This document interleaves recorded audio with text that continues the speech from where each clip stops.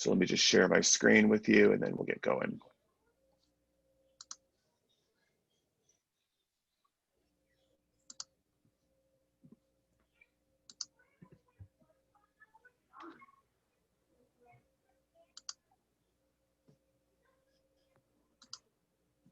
All right, so everyone should see my my Google slide, right?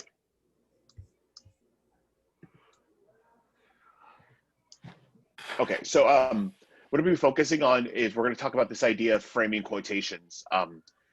During the readings this week, one of the things that I passed out was from that book, They Say, I Say, which had the chapter that break down the art of quoting, and that really talked about what kind of the thought process. I really like that, but some of the parts of that book are really good. Some of the parts of that book are just okay. And I think that chapter specifically, that's why I just had you guys, I gave you that photocopy of that PDF of the chapter, The Art of Quoting, because I think it does a really nice job of breaking down how to be able to utilize sources in your essay in a way where you're really providing that idea, that reader with the idea of analysis and then breaking down the quote that you're using. So we're going to talk a little bit about that and kind of go through a different example and then have you do one and we'll work through it together. So why do we quote, and this is from last week, we talked about this a little bit, but why do we quote or paraphrase outside sources? What's the point of doing that? To strengthen our argument? Yeah, right? I mean, one of the big reasons that we want to do that is to be able to strengthen our argument, right?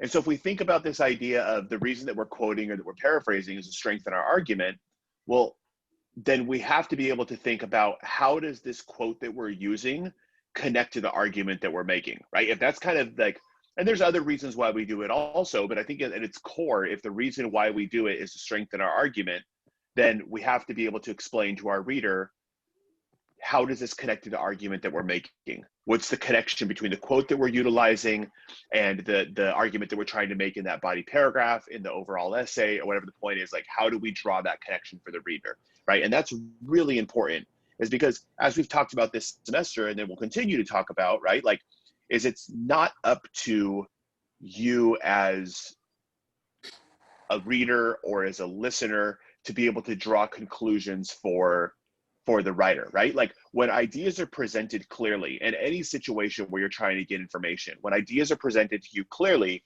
you're really not left with a lot of questions, right? Like, one of the definitions that I really like about reading is to think about reading as like this kind of back and forth question and answer dialogue that you're having with somebody, right? Like, I have a question, I get an answer, right? I keep on reading, I maybe develop more questions, and then the text keeps on answering those. Same thing like if you're watching a TV show, right? Like, you could be like, oh, what's going to happen next? And who's this person? What's going on there? And as you're watching it, there can be moments where you feel like a little bit lost, and then you can have a question answered, right? And so I think that, like, if you think about this idea about why we would use a quote in our essay, and if we think about we're making a point and our reader has that question, it's our job as writers, just as it's our job as if we're having, you know, a conversation with somebody or presenting an argument to somebody, it's our job to make sure that that reader doesn't walk away with a ton of questions, that we're giving them the information and drawing the conclusion for them. So that makes a lot of sense, right? And your definition of why we quote or paraphrase is to think about this idea of the reason that we do that is to try to be able to help build on the argument that we're creating. So hit and runs, right? This is one of the things that I think that the book does a really nice job, and I really like this analogy. Has anyone here ever been the victim of a hit and run before? That's good if you haven't, right? One time I asked that in my class, and I didn't say the victim. I said, like, I think my wording was like, has anyone ever been involved in a hit and run? And I assumed that they were talking about the victim.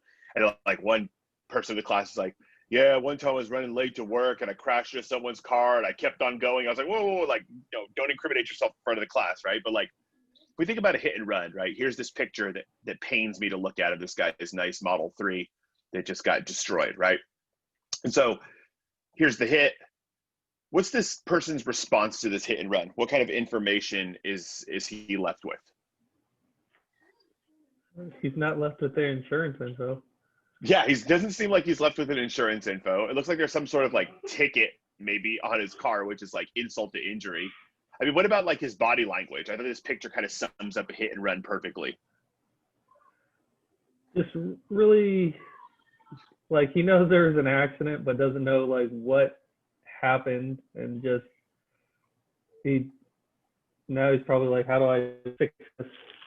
Yeah, right. I mean, kind of got that like, oh shit, to him, right? Like, what do I do, right? Like, I don't have any information. I don't know who this. I don't know what happened. It's like right there is those moments where this person's like pretty bummed, right? Because they're left without any real conclusion on something, right? They're left without any specific information, how to be able to go about fixing this, if the person has insurance, hit it, all that kind of stuff, right? And so the book, the chapter that I gave you in They Say, I Say, creates the context about quoting and creates an analogy between quoting and being in a hit and accident. I think that's really, really strong comparison. Because when we're in a situation where there's a hit and run, right, like we're left without vital information, right? I've had this happen to me before. In fact, it just happened. It was really, wasn't significant like this, not even enough to claim insurance, but like, you know, my wife had her car at work. She came outside and there's just a dent in the side of her door. No information on who did it. Could have been her friend at work, could have been a random stranger. They could have insurance, could not, you know, and a billy goat that got mad and ran head first into it. Like, we have no idea what happened. All we know is left with a dent in our car. And so if you think about that idea, think about that and applying it to the quote. I think the writers of Blind Spot do this really nice job. Excuse me, Blind Spot. There's too many going on in my head. The writers of The Art of Quoting in that book, They Say, I Say, do this really nice job of creating this context to think about how this same feeling of uncertainty and just complete and utter questioning could be applied into quoting. So here's an example of a hit and run quote. And I applied it to one of our texts versus the example that I gave in They Say, I Say. So Trevor Noah states, we tell people to follow their dreams, but you can only dream about what you can imagine. And depending on where you come from, your imagination can be quite limited. I think this is a really important idea. Another impact of stereotyping is, what's wrong with that current situation? There's no background on Trevor Noah. Who's Trevor Noah? Right. So we don't know who Trevor Noah is. Absolutely. What else is wrong with that?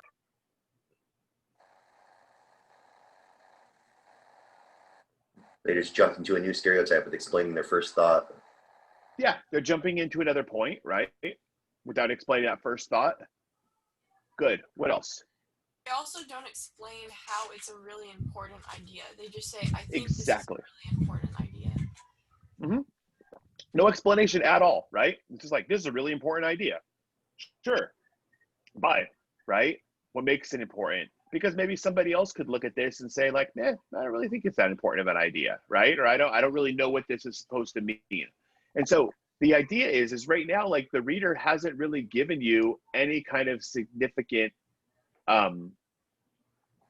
analysis as to why this is important, what this means, who this person is, any of that, right? This is an example of a hit and run quotation. There's a quote, there's a clear idea, right? The quote works substantially well, but there's no analysis behind that. Give me 1 second, sorry.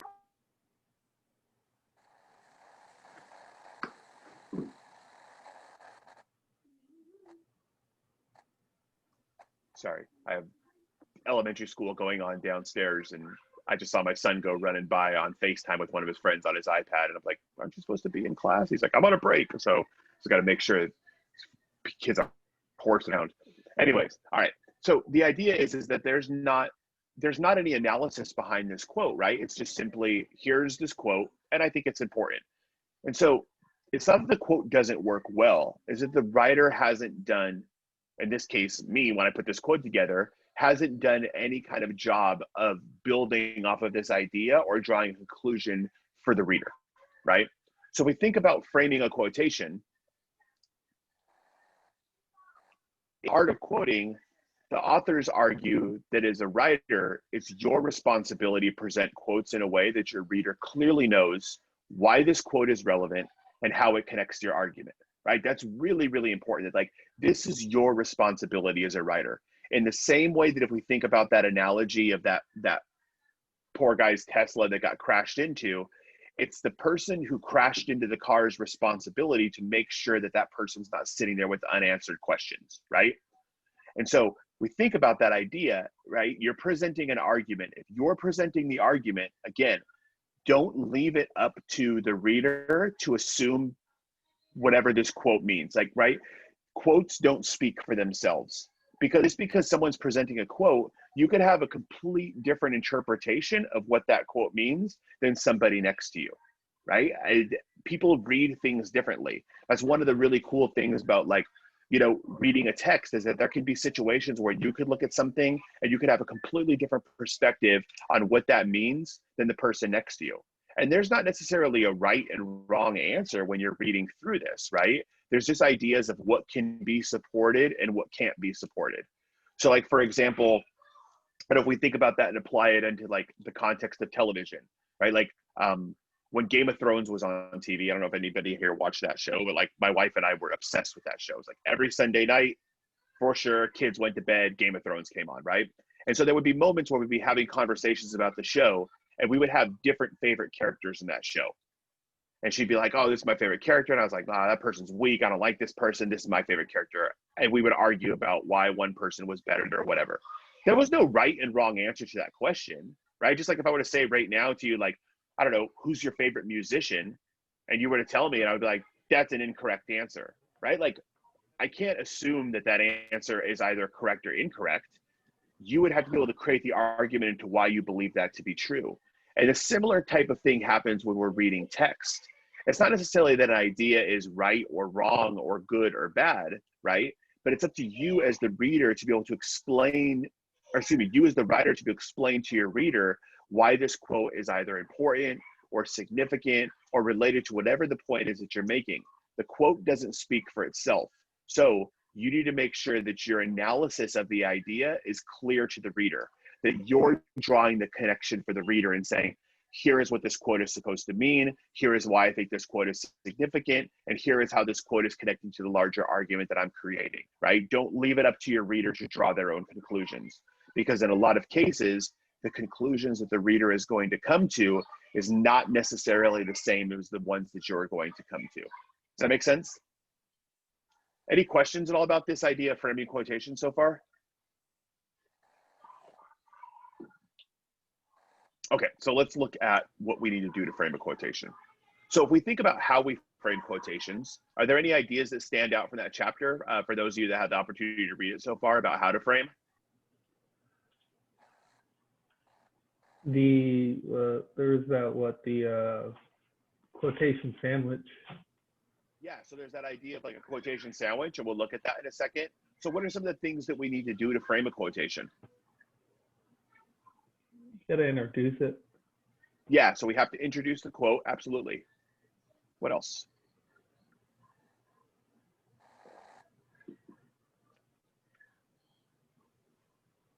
So we introduce it. We'll take a look at this example here, right? So this is the first thing we want to do. We want to make sure that we introduce our quote or paraphrase. And this is true whether you're direct quoting or if you're providing a paraphrase, right? Because it's still an idea from an outside source, right? It's still an idea that's not yours.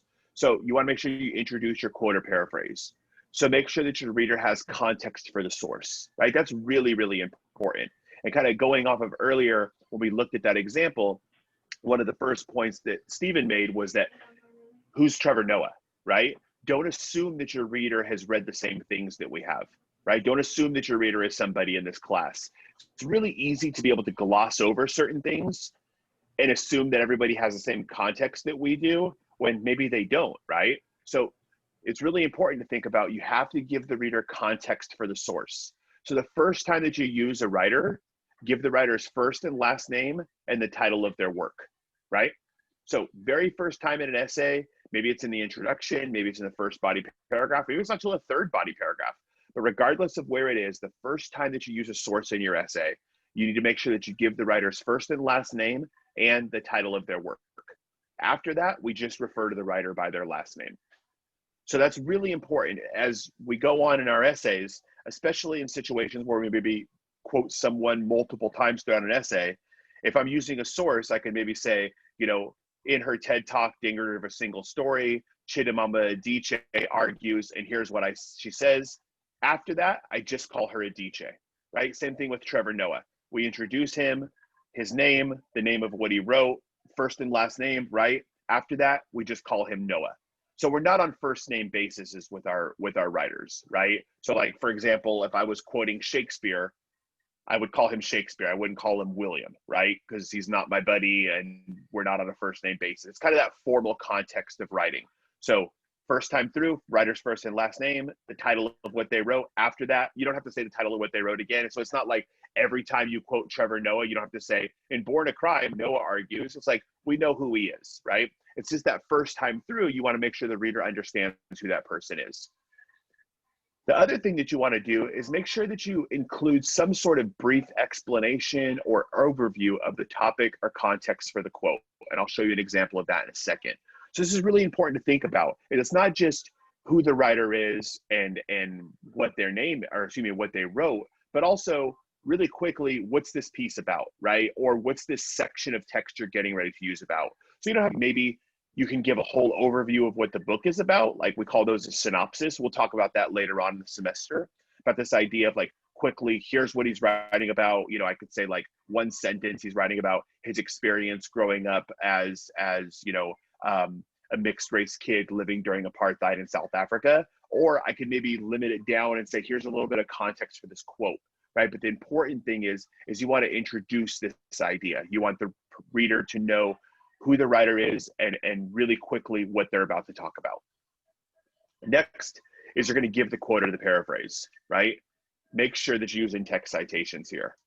So that's kind of like the middle, the part that you're delivering to your reader, right? Is you want to make sure that you give the quote or the paraphrase. And then finally, this is a really important part for the frame, right? This is what the chapter from The Art of Quoting talks about, is you're going to analyze the quote or paraphrase. So in other words, how does this writer's idea connect to the argument that you're making in this paragraph? Any questions at all about those three pieces of framing a quotation? Not so far. Okay, cool. So the analogy that I like better than like the frame is to think about like the quote sandwich, right? Or in this case, the quote In-N-Out Double Double, because that's like one of my absolute favorite things to eat. And so if I think about this idea of the bun to the sandwich, right? Or like the bun to the In-N-Out in this situation is the delivery system for what's important, right? Without the delivery system, without the introduction to the quote, and without the analysis, with just handing somebody the quote, it would be a mess, right? If I went into In-N-Out and I was like, hey, can I get a double double? And then all of a sudden, like the person working there just handed me like this globby mess of like meat and cheese and spread, I would eat it, right? For sure. Like, I'm not going to lie to you. I'd be like, all right, it's weird, it's awkward, but I'd still eat it because it's delicious. But it would be strange, right? It would be messy. It would be hard for me to take on. But when you think about that idea of like having that bun, having that top and that bottom bun, having that kind of like quote framed, in other words, or that quote sandwich presented to you easily and neatly, it becomes much more easier to digest. It becomes much more easier to take on, right? And so if we think about kind of like that top bun, middle stuff, bottom bun idea of quoting, I think that this kind of is another way to like helpfully visualize it, right? Like The Art of Quoting describes this as like a frame, right? Like we have a window, we kind of have that border around the window as a way to be able to present it, or a picture that's framed. If we think about that from the context of like looking at this double double or looking at a sandwich, right? It's like top bun, kind of meaty part in the center, which is your quote, and then bottom bun, which helps you think about your analysis. So if we think about it the same way, right? Up here at the top, introduce the quote, next kind of give the quote, and then finally that bottom piece of it, that analysis, so that your ideas are presented in a clear, kind of easy way to handle. So I feel like that's another one of those analogies that like I remember a long time ago when I heard it used this way. Oh yeah, that makes sense, right? Like if we think about like a sandwich is kind of a delivery system for something, right? Like easy to eat, right? That it's that same idea that we want to deliver the quote to our reader in an easy to manage way. And I think a sandwich is a nice analogy for that. So now we need to talk about how we could fix our hit and run quote, right? So if we can apply some of those ideas, apply that idea to framing quotations, apply the idea of thinking about that quote sandwich, right? Like introduce the writer, give the quote, and then kind of start developing that analysis. Now we start thinking specifically about like, well, how can we do that? So here's this Trevor Noah quote, right? Go back, look at the quote. We tell people to follow their dreams, but you can only dream about what you can imagine. And depending on where you come from, your imagination can be quite limited. So now we think about my job as a writer is to present this idea to you clearly, right? To make sure that I'm framing this idea. So that there is introduction to the writer's point, that I'm giving the writer's quote, and then finally that there's clear analysis behind this writer's point, right? And thinking about how does this connect to the point that I'm making. So let me give you an example then of how we would build off of this idea. So I color coded this just so you could kind of see a little bit of how each individual point is broken down. So first in the light blue, here's the introduction. In his book, Born a Crime, Trevor Noah argues the impact that single story perception can have on an entire group's sense of self-worth, right? Like that's what he's getting ready to argue from my perspective in this quote. Now, this is where it becomes really important about how it's, remember, your responsibility as a writer to make this point clear to the reader, because maybe somebody else in here reads this quote different than I do. Remember, it's not about right and wrong. It's about the analysis that you provide on the idea that you're reading, right? Because somebody can read it a little bit different. And so then here's my introduction. I've given the title of the piece. I've given the name of the writer. And then also, also, I've given a quick little overview of what I think this quote is about. Now, the yellow part, here comes the quote. Noah states, we tell people to follow their dreams, but you can only dream about what you can imagine. And depending on where you come from, your imagination can be quite limited. So now, the green section, here's the beginning of that so what, right? Here's that analysis. Noah's argument illustrates how people in his neighborhood have internalized the stereotypes others low expectations of them. This is especially detrimental because it has affected their mindsets, limiting their ability to socially progress, right? So now what I'm doing is I'm explaining to you what the significance is behind this quote, right? And so if we think about this idea of the argument that I'm creating, right? I'm presenting the quote to the reader. I'm giving that quote right after I introduced it. And then I'm explaining why I think this quote is significant, what I think the argument or kind of the takeaway that the writer wants me to have from this idea that's being presented. So now I'm going to start to take it a step further. So if we imagine this is one of my body paragraphs in my essay, now what I want to do is I want to think about my own personal experience. So I read this quote about like dreams being limited, and I started thinking about like neighborhoods that people grow up in and kind of single story perspective. I started thinking about like the neighborhood that I grew up in, right? And the environment and the people that were around me and the kids that I was friends with, right?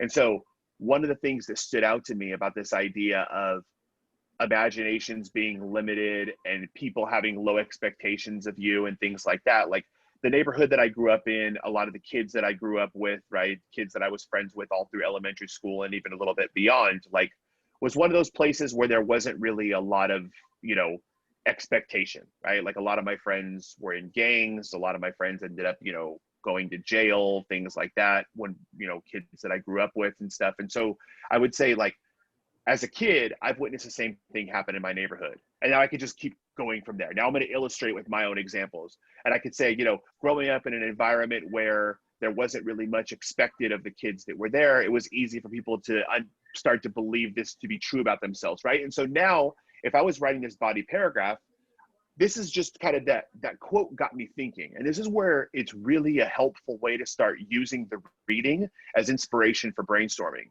So you could see how I could just keep on going with this, right? I didn't write the whole body paragraph out because today's really focusing on this idea of how we frame the quotation. But Trevor Noah's idea gave me kind of inspiration to start thinking about how could I apply this into my own experiences? Where have I witnessed this before, right? And so I could start going into this idea about the neighborhood that I grew up in, the school that I went to in elementary school, right? And dreams were limited. Like I never had anyone have any conversations with me about college, right? Like, I don't know, my kids are in elementary school now, like their teachers talk to them about like college choices they have like college day where they'll wear like, you know, t-shirts or like different things for like talking about like what colleges they might want to go to. And like, they're in 4th and 1st grade, right? Like the word college was never even said to me until I was like a student at Solano College. Like it was never even one of those things that was like, was brought into me. So my idea about like what I can imagine and what my dreams are limited, right? So it was no wonder that like a lot of my friends, you know, had made some decisions and went down some paths that weren't exactly like leading them into the same kind of direction they'd have been if they grew up in a different neighborhood, right? Because I feel like their dreams were limited by the environment that they were in, by the expectations that other people had for them. And so regardless of whatever direction I would want to go or whatever direction you would think this quote would mean, I've provided you with an introduction to the idea, the quote, my analysis, and now I'm getting ready to move into my own personal example of how I could develop this idea. Does that make sense where I'd be going for this body paragraph? I think it does. Yeah. Any questions at all about like how this quote is framed and why I chose to go in this direction with it?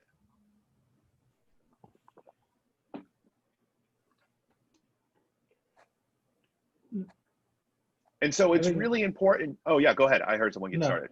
I was just saying, I think it makes sense, like the direction Yeah. you started. Okay. Yeah, and it's really important to think about it because maybe I could have went in a complete other direction, right? Instead of maybe going into the direction of thinking about maybe my neighborhood specifically, then maybe I could go on the idea of like following dreams. Like when I read this quote for the first time, I started thinking about like, you know, the first time I thought about it, especially because he talks about housing in this section, right? He talks about like their dream is to like put a gate around their house or maybe like be able to build an add-on to their house. That's like really, really making it. But then I started thinking about like, I remember I went to, took my kids to the Monterey Aquarium one time. And like when we were there, there's like, has anyone ever done that 17-mile scenic drive that's near Monterey? Anyways, it's really cool, but it's kind of goes around like where Pebble Beach golf course is. And it's like this, it's partially kind of like a like a park protected road kind of thing, but people actually live out there, right? And so there's this road that kind of takes you all along the coast, right, through like Pebble Beach, Carmel type area, right? And then as you're driving through this area, there's people that live off of this road, and it's some of the most spectacular real estate that I think exists in the world, right? Like just these massive, unbelievable mansions that are built like right on the edge of the ocean. And it's like, I don't know, those houses have to be $40 to $50 million, right? I would imagine.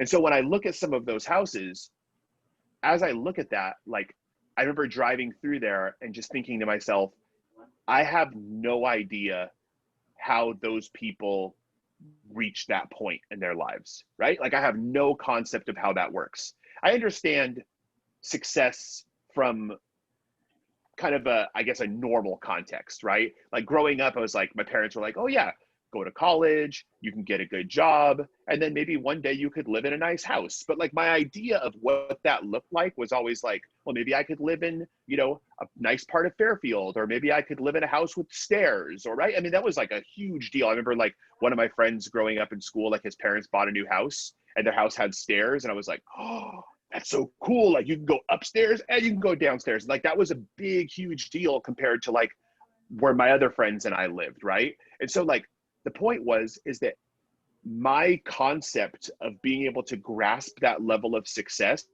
or being able to grasp that, I guess success is maybe not the right word, but being able to grasp that level of dream is much smaller because I don't know how to be able to say, what do you have to do for a living to be able to afford that type of house? To be able to say, oh, this is something, I don't know, $200,000 a month mortgage is something that I can afford, right? Like that's absurd to me. And so my point is like, there are people who are like, oh yeah, I understand these moves. This is what I do. This is how much money I make. This is how this house becomes a reality. And so I think that like whatever direction is that you want to go, it could be one of those things that you could look at and you could say, I could read this quote in a complete different way, right? I could look at this and say, for some people, maybe I don't know, reaching what you can imagine is something very different than what somebody else can imagine.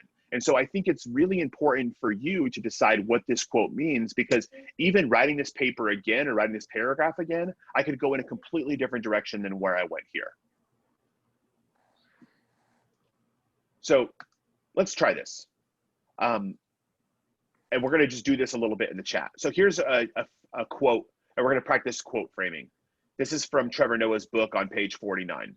And I thought it ties into the idea of single story pretty well. So Trevor Noah says, if you're racist and you meet someone who doesn't look like you, the fact that he doesn't speak like you reinforces your racist perceptions. He's different, less intelligent, right? So that's what Trevor Noah is arguing. Now, you could agree with this idea, you could disagree with this idea, totally up to you, right?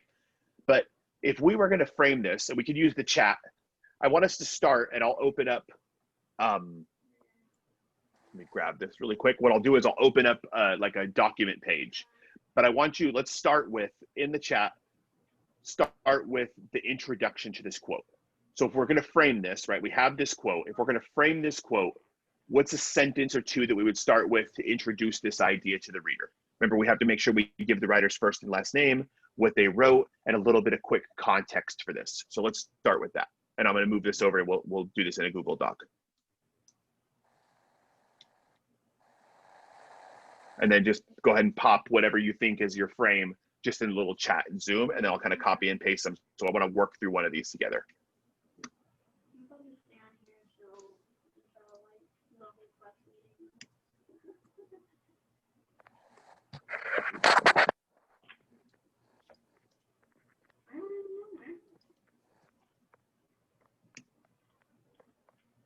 It's weird. Every time I copy and paste into Pages, it does this thing where it brings up all these symbols instead of apostrophes.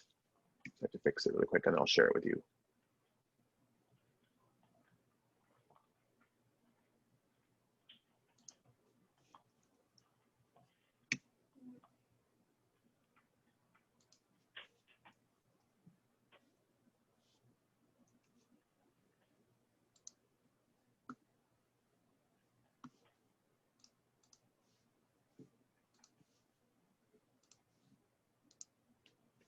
Okay, so now you should be able to see Pages where we can copy over some introductions. So when you start thinking of some, just go ahead and pop some in the chat. I'll give you a second to do that, but just think about how would you introduce this quote?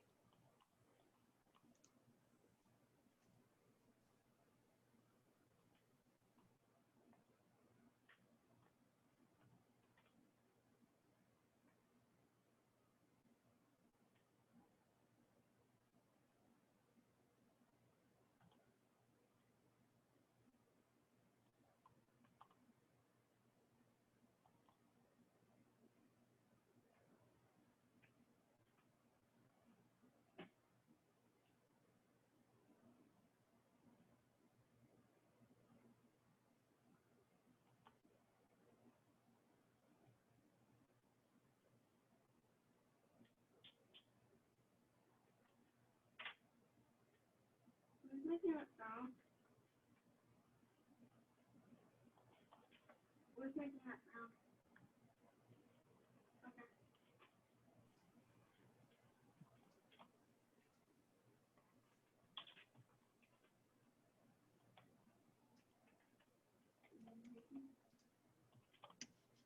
Okay, I'm starting to see some come through. This one's really good. Stevens, this is awesome.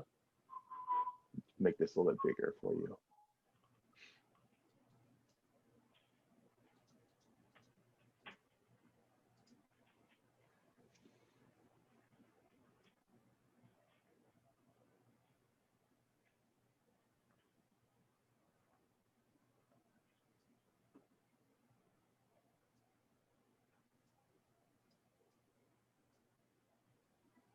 Good, here's another one.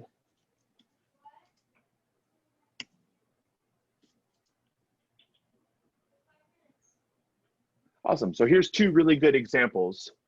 Oh, here comes a third, good. I thought we all have our cameras up, but we can just talk to each other.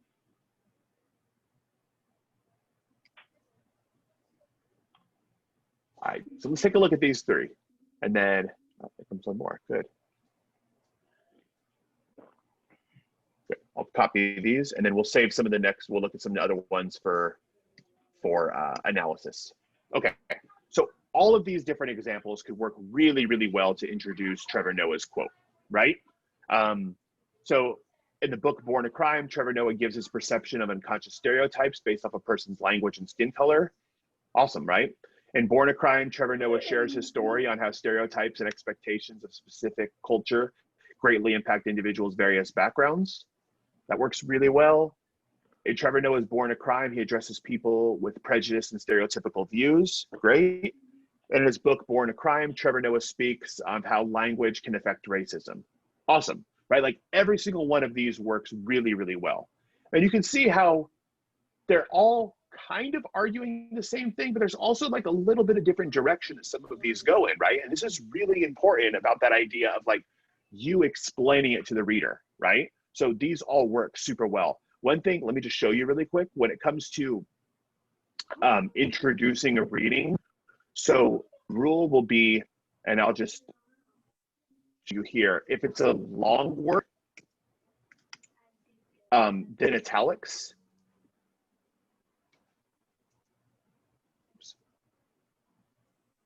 So anytime that you introduce it, you're giving the title of something, right? A long work is in italics. So this would be like, for example, things that are considered long works would be a book, the name of a magazine, name of a paper, movie title, show title, right? It's like that are all considered to be long works. So anytime you're introducing the title of something, if it's a long, put it in italics, right? Just that little ways writing that I did right here. If it's a short work, short works you'll put in quotation marks. So you would say like, for example, an article,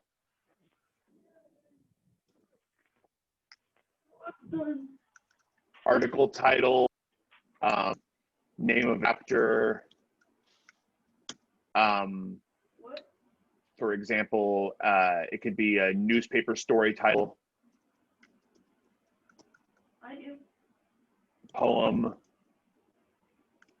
right? So anytime that there's a short work, so in this case, if we were using Born a Crime, we would put Born a Crime in italics, right? But if we were using something smaller, like The Art of Quoting or A Danger of a Single Story, considered a short work, and we would put that in quotation marks.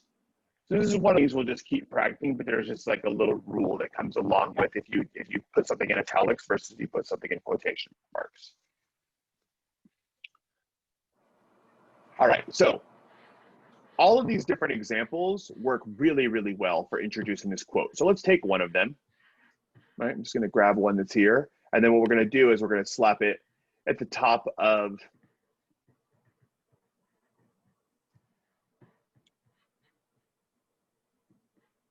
this. Okay, so now we started framing our quote, right? In Born a Crime, Trevor Noah shares his story on how stereotypes and expectations on specific Yes, cultures sir. greatly impact individuals of various Well- backgrounds. If you're racist and you meet someone who doesn't look like you, the fact that he doesn't speak like you reinforces your racist perceptions. He's different, less intelligent. Now, so what? Now we provide the analysis behind that idea. So let's take a minute or two, and I want someone to just go ahead and do the same thing, take a shot at put out some of the different ideas for analysis here. And then we'll copy some of them over and think about how we can add it to this quote. So now think, you're so, like, what does this quote mean? Does it make you think about a specific experience? Does it make you think about some sort of personal connection you might have to it? Take a few minutes, jot down some ideas in the chat, and we'll kind of see how we can get this to work in the frame.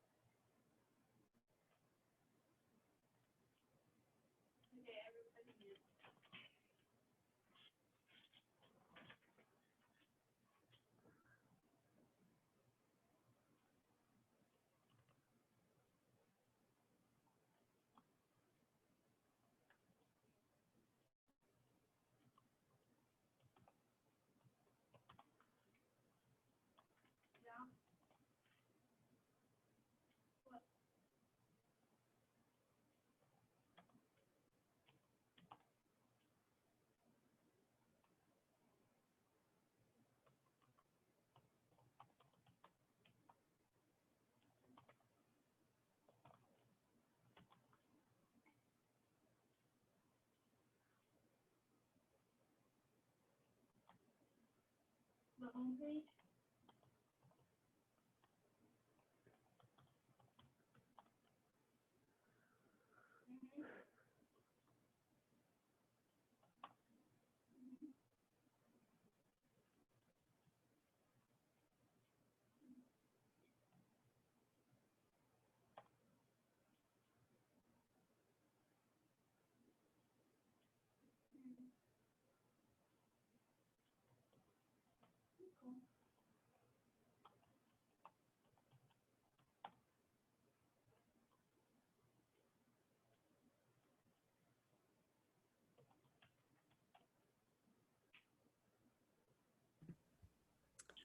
Could you scroll up to the intro?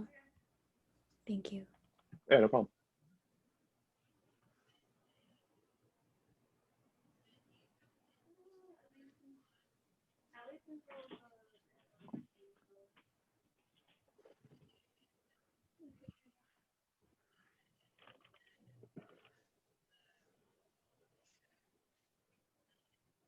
Sure, hold on a second. Yeah. Okay, change number 5. Okay. And what is the narrows? One of the game's challenges that you. Tell me what you do in the challenge, okay? Whether you climb or something.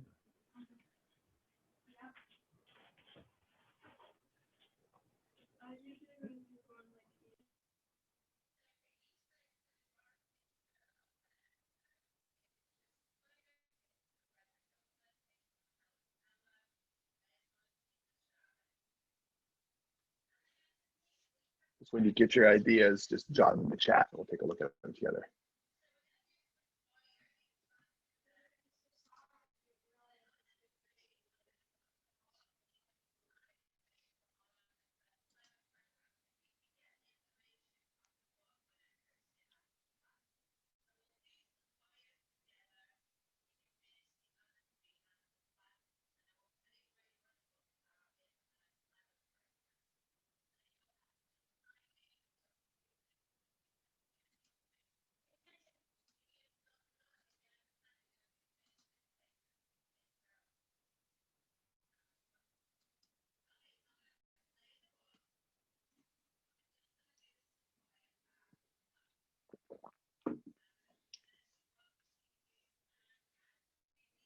Maybe think about some personal experiences with this. Think about maybe why people would have this perception, what this idea of viewing people as less intelligent might mean to you.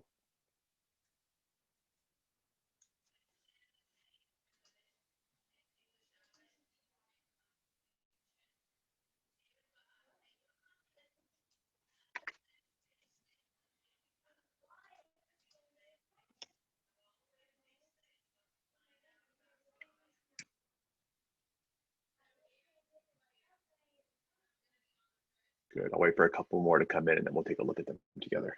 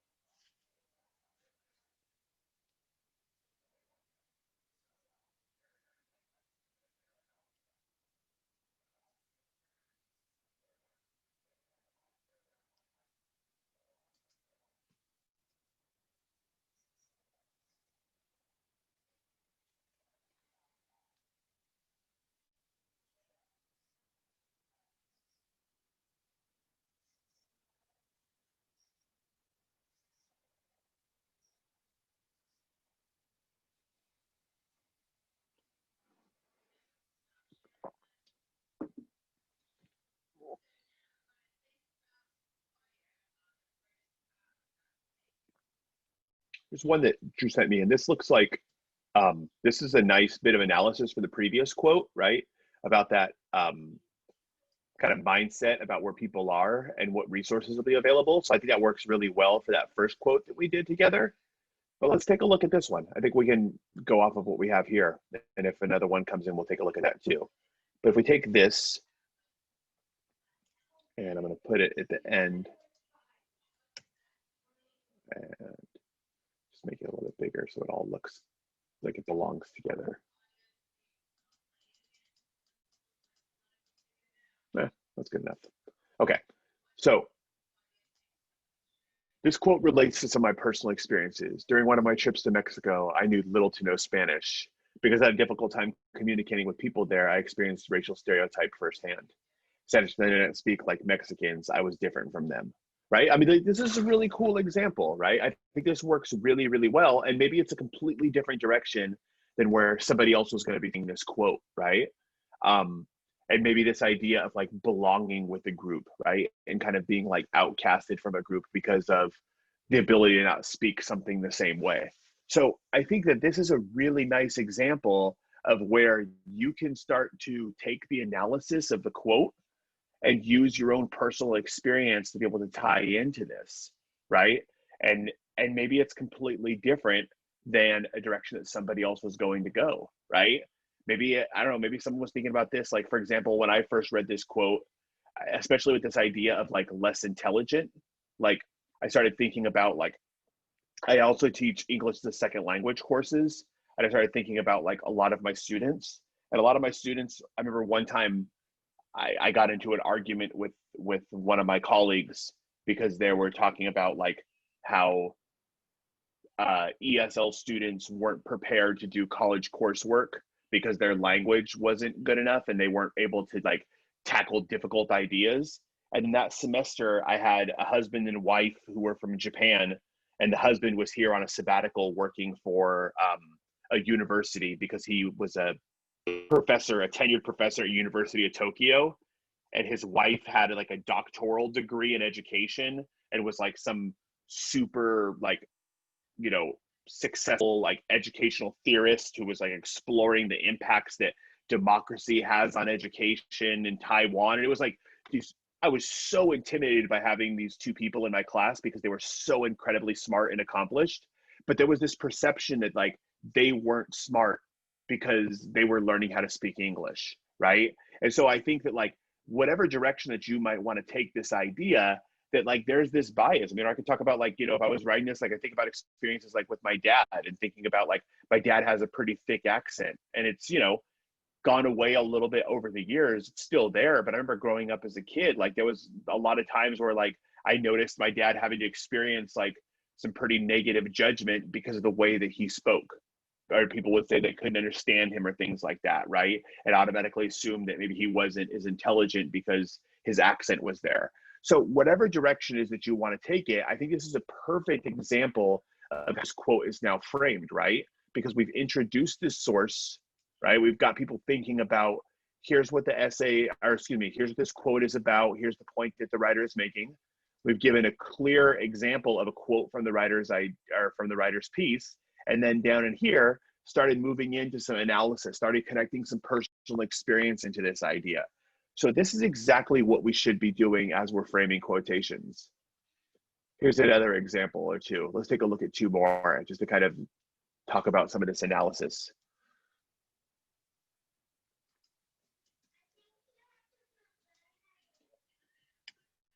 So here's one. My own mother experienced this in her life.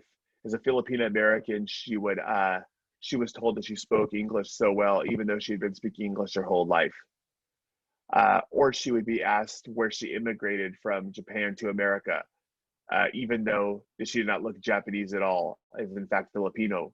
People assumed that she could not speak English because she was Asian, while others would assume that all Asians were the same, right? Like this is a really strong example. And it also makes me think about that chapter in Blind Spot that we read, right? Where we talk about harmful stereotypes, that there's that harmful stereotype of like American equals white, right? And there's this idea that like if people are something different, that it's like, oh, well, where'd you immigrate from? Or you know, where's your family from? There's not like this idea of like, well, I was born here, right? Like, so I think that's a really strong example of it, shows that single story. And let's look at Judzy, as we have one more. Just to kind of give you some different ideas of how people are taking this quote and reading it a little bit differently. So here, there are some people who are racist towards others. When they interact with someone who has a different appearance and speaks a different language, they have an automatic assumption that they are better than that person who they are racially profiling. I've seen some individuals being treated drastically different because they have different appearance and different skin color. I've seen different backgrounds. I have friends with different backgrounds and culture, and I notice how we go in a certain place sometimes, and the person who's helping tends to act more familiar with those who seem to be in the same background than them. Some individuals seem to have more comfortable with familiarity than something foreign to them, right? And so again, another strong start to an example. One of the places that if we were going into the essay, I would say, well, like, what is an example of that individual? Where is a time where that happened, right? Specifically, can you think of a direct example to be able to back this up? But again, definitely heading in that right direction of starting to think about what this quote means and how you can interact with this quote. So I think this is super important to start to think about, is that what's happening here is that the writer's quote, the idea that the writer is presenting, is giving us ideas, or kind of an idea seed that we can use to build our essays. Here's a little bit more analysis of this quote. The essence of Noah's statement is to show how people aren't accepted when they are different. They're no longer equals of human beings, but looked down upon. This is a common occurrence. I see this today in the world with language barriers. So really nice example of analyzing Noah's quote. And then from there, you could see how easy it would be for this writer to start moving into, for example, boom, and then start giving that specific example to support it, right? So the idea is we've introduced the quote, we've given the direct quote, and then we started to think about that so what, or that analysis. What does this quote mean? Does that help with starting to think about how you would frame these quotes for this upcoming assignment this week?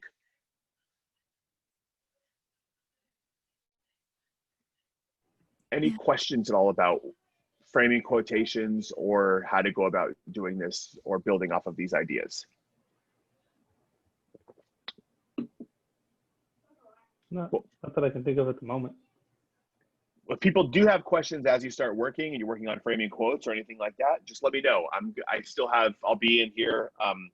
We'll finish at the mini lesson, but I'll be in here for another hour till 11:30. So if there's any questions you have, if you want to talk through some of these ideas, stick around, let me know, and we can work through them together. If not, I'm gonna upload this in just a few minutes once it comes down from the Zoom server. I'll upload it so you'll have access to the stuff that we talked about today in case you need to look back at it. And then this is exactly what we're going to be practicing for our homework this week. This is going to help build those ideas for your essay. So you can see that just by being able to do these couple examples of two different quote frames, you can already see that these body paragraphs for these essays are just going to start to build pretty quickly from there, right? All right, cool. Thanks for coming, checking this out. And then again, if you have any questions, hang out. I'm happy to answer any of those, or stop back in, or shoot me an email or anything like that, and we can work through stuff together. Nice seeing all of you today.